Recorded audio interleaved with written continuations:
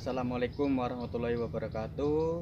Eh, Jumpa lagi bersama Nasib Sri Pamujo. Ya, di sini saya memberikan pengetahuan tentang kerajaan di Pulau Jawa, yaitu di Keraton Kasunan Kartasura.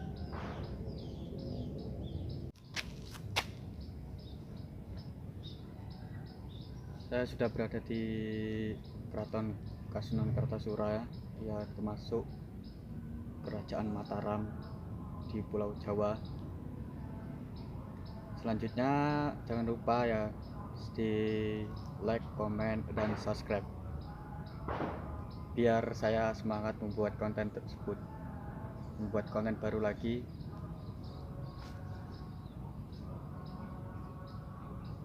Saya senang sekali berada di Kasunan Kartasura ini, yang mana saya jauh-jauh dari tanah Lampung merantau ke Pulau Jawa di Solo.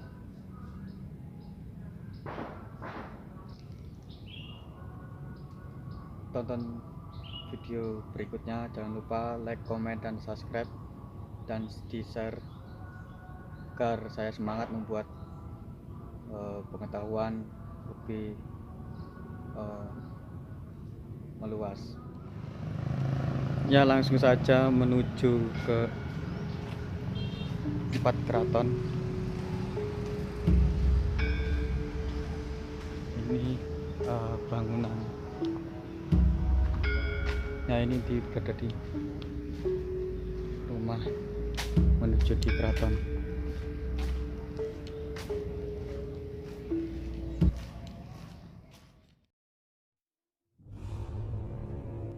Pada pertemuan kali ini, kita akan sedikit mengulas tentang Kasunanan Kartasura sebagai lanjutan dari Kesultanan Mataram dan cikal bakal Kasunanan Surakarta serta Kesultanan Yogyakarta.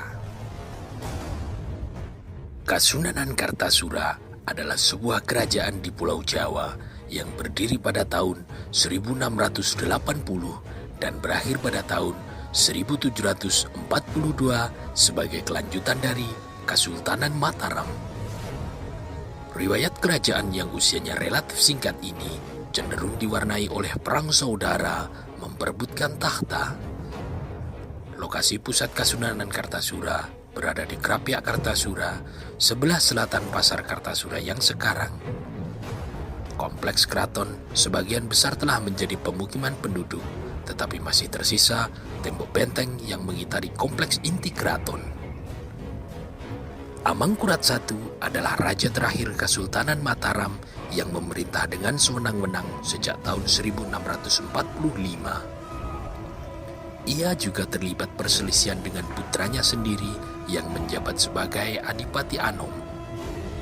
Pada tahun 1670, Adipati Anom menggunakan Trunojoyo dari Madura sebagai alat untuk melakukan kudeta terhadap ayahnya itu. Pemberontakan Trunojoyo yang semakin besar membuatnya sulit dikendalikan lagi. Puncaknya pada tanggal 2 Juli 1677, Istana Mataram yang terletak di Pleret diserbu kaum pemberontak. Adipati Anom memilih kabur bersama Amangkurat I ke arah barat.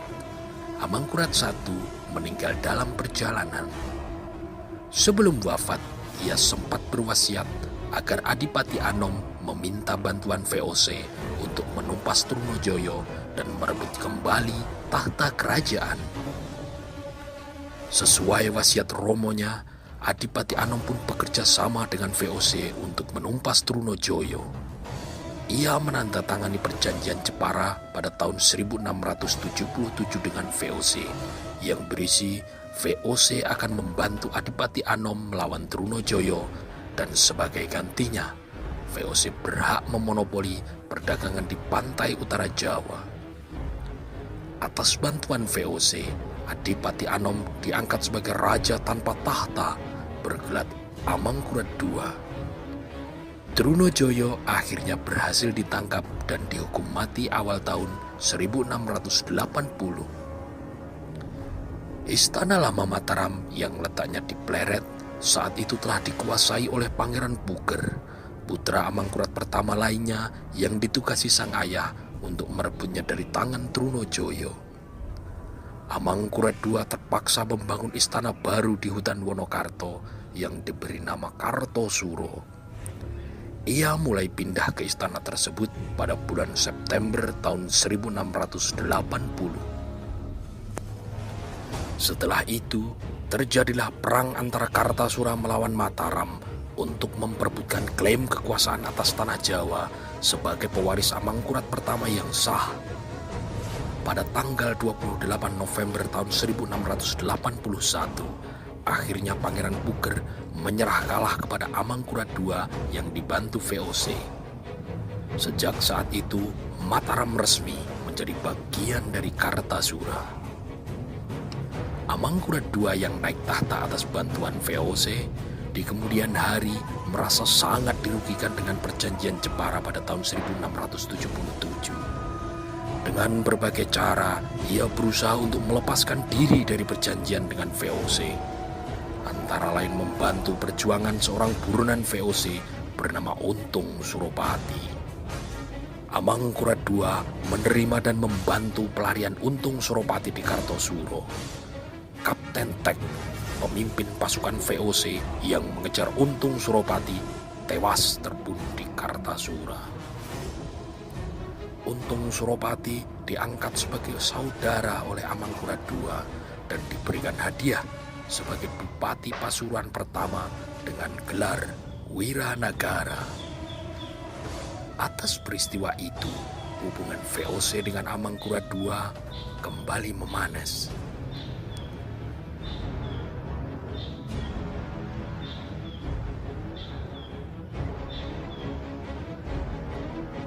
Sepeninggal Amangkurat II, terjadi perebutan tahta antara Amangkurat III melawan Pangeran Puger yang bergelar Pakubuwono I. Pada tahun 1705, Pakubuwono I berhasil mengusir Amangkurat III dan merebut Kartasura. Perang antara Pakubuwono I yang didukung VOC melawan Amangkurat III yang didukung keluarga Untung Suropati dari Jawa Timur baru berakhir pada tahun 1708. Penobatan Pangeran Puger membuktikan perjanjian antara Ki Gede Pemanahan mengenai pergantian 7 keturunan Ki Ageng Pemanahan Ani. Bab ini akan diulas terpisah di video selanjutnya. Sepeninggal Pakubuwono I, terjadi lagi perebutan tahta Kartasura di antara dua putra, yaitu Amangkurat IV yang dibantu VOC melawan Pangeran Blitar, Pangeran Purbaya, dan Pangeran Dipanegara Madiun. Perang saudara ini berakhir pada tahun 1723 yang dimenangkan oleh Amangkurat IV. Setelah Amangkurat IV wafat, kemudian digantikan oleh Raden Mas Prabu Suyoso atau Pakubuwono II. Di masa pemerintahan Sunan Pakubuwono II yang masih berusia 15 tahun itu, muncullah 3 kelompok di dalam lingkup Kasundanan Kartasura. Ketiga kelompok yang sama-sama memiliki pengaruh tersebut adalah kelompok Pro VOC, kelompok Patih Cakrajaya, dan kelompok Arya Mangkunegara. Bermula dari timbulnya 3 kelompok yang saling bersaing tersebut, bukannya membuat pemerintahan Sunan Pakubuwono II berjalan secara kondusif, namun menyebabkan berbagai persoalan yang ingin saling menjatuhkan antara kelompok satu dengan kelompok lainnya. Sebagai misal, Patih Cakrajaya yang tidak menyukai Arya Mangkunegara tersebut membuat jebakan agar Arya Mangkunegara seolah berselingkuh dengan istri Raden Mas Prabu Suyoso. Dari fitnah yang dilakukan oleh Patih Cakrajaya tersebut, Sunan Pakubuwono II melalui tangan VOC menangkap Arya Mangkunegara dan membuangnya ke Sri Lanka. Dari Sri Lanka, Arya Mangkunegara dibuang lagi ke Tanjung Harapan. Pada tahun 1732, hubungan antara Patih Cakrajaya dengan Sunan Pakubuwono II berujung perselisihan. Dari perselisihan tersebut, Sunan Pakubuwono II melalui tangan VOC membuang Patih Cakrajaya. Sebagai pengganti patih di Kasunanan Kartasura, Sunan Pakubuwono II mengangkat Natakusuma yang juga terbilang anti VOC. Kelak atau tepatnya pada bulan Juni tahun 1742, patih Natakusuma juga dibuang oleh Sunan Pakubuwono II melalui tangan VOC. Jalinan antara Sunan Pakubuwono II dan VOC yang semula tampak dinamis berangsur-angsur menunjukkan keretakannya. Pada saat itulah Sunan Pakubuwono II didesak oleh kelompok anti VOC untuk membantu pemberontakan yang dilakukan oleh orang-orang Cina terhadap VOC. Suatu pemberontakan yang dipicu oleh peristiwa pembantaian warga Cina oleh masyarakat Eropa di Batavia. Karena tidak ada pilihan lainnya, Sunan Pakubuwono II kemudian menyanggupi permintaan dari kelompok anti VOC tersebut untuk mendukung pemberontakan orang-orang Cina terhadap VOC. Salah satu bentuk dukungan dari Sunan Pakubuwono II yakni diwujudkan dengan mengirim 20.000 prajurit untuk mendukung pembantaian Garnisun VOC di Kartasura pada bulan Juli tahun 1714 serta mengepung kantor VOC di Semarang. Menanggapi sikap politis Sunan Pakubuwono II, VOC yang telah merangkul Adipati Cakraningrat keempat dari Madura Barat segera memukul mundur kelompok anti VOC dan prajurit-prajurit Kasunanan Kartasura. Karena kekalahan tersebut, Sunan Pakubuwono II bersedia menandatangani surat perjanjian perdamaian dengan VOC pada bulan Maret tahun 1742. Mengetahui sikap politis Sunan Pakubuwono II yang angin-anginan itu, kelompok anti VOC sangat kecewa. Karenanya, mereka bersepakat untuk mengangkat Mas Gerendi sebagai pemimpin gerakan. Oleh kelompok anti VOC, Raden Mas Gerendi yang masih merupakan cucu Amangkurat tersebut dijuluki sebagai Sunan Kuning, yang artinya pemimpin orang-orang Cina yang berkulit kuning. Tepatnya pada bulan Juni tahun 1742, kelompok anti VOC yang dipimpin oleh Sunan Kuning yang mendapatkan dukungan dari Raden Mas Said atau Pangeran Sambernyowo menyerbu istana Kasunanan Kartasura. Karena istana telah luluh lantak, Sunan Pakubuwono II dan von Hohendorf yang tidak berdaya menghadapi para pemberontak itu melarikan diri ke Ponorogo. Peristiwa besar yang mengakibatkan hancurnya Kasunanan Kartasura tersebut kelak dikenal dengan nama Geger Pecinan, huru-hara yang diakibatkan oleh pemberontakan orang-orang Cina terhadap VOC. Masih pada tahun 1742, VOC yang tidak berdaya menghadapi pemberontakan orang-orang Cina itu melakukan serangan balik. Kali ini, VOC yang mendapatkan dukungan dari Adipati Cakraningrat keempat dapat memporak-porandakan gerakan orang-orang Cina. Karena keberhasilannya itu, Adipati Cakraningrat keempat menyarankan agar Sunan Pakubuwono II dibuang. Namun, saran tersebut ditolak oleh VOC mengingat Sunan Pakubuwono II masih bisa dimanfaatkan.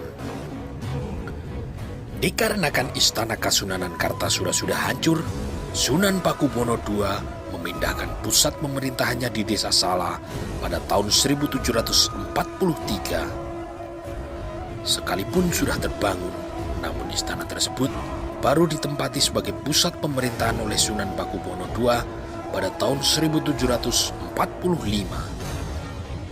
Akibat perpindahan pusat pemerintahan tersebut, Kasunanan Kartasura berubah nama menjadi Kasunanan Surakarta. Dengan demikian, Sunan Pakubuwono II merupakan raja terakhir Kasunanan Kartasura dan raja pertama Kasunanan Surakarta.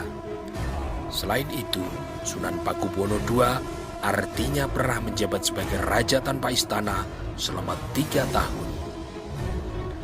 Babat Tanah Jawi menyebut peristiwa dari Geger Pecinan tersebut amat besar. Rusaknya keraton di Kartasura dianggap merupakan tanda hilangnya landasan kosmogonis keraton itu sebagai sentrum kekuasaan, sehingga perlu dibangun keraton yang baru.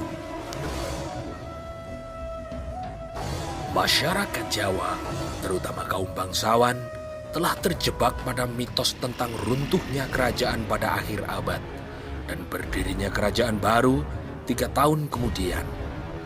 Menurut catatan para pujangga Jawa, pada tahun 1400 Saka, kerajaan Majapahit runtuh dan tahun 1403 Kasultanan Demak berdiri.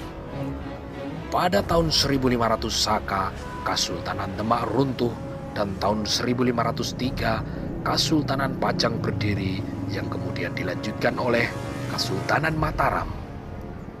Kemudian pada tahun 1600 Saka, Kasultanan Mataram runtuh dan pada tahun 1603 Kasunanan Kartasura berdiri. Maka pada tahun 1700 Saka yang bertepatan dengan 1774 Masehi, terjadi kegelisahan di antara Raja-Raja Kasunanan Surakarta dan Kasultanan Yogyakarta.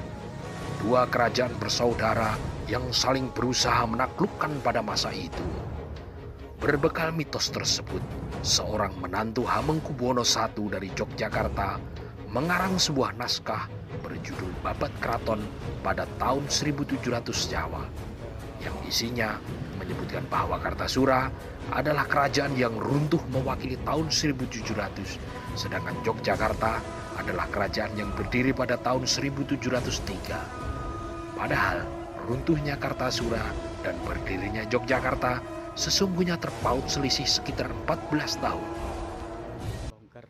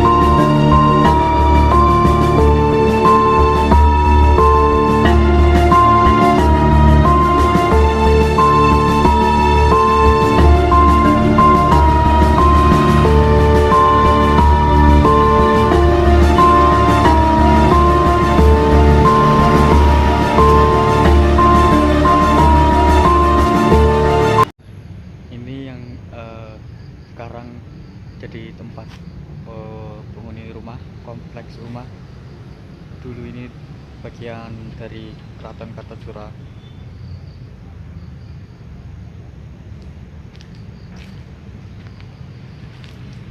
Nah, ini belakang saya ini sepertinya kayak peninggalan batu. Saya kurang tahu, intinya ini saya mengambil videonya.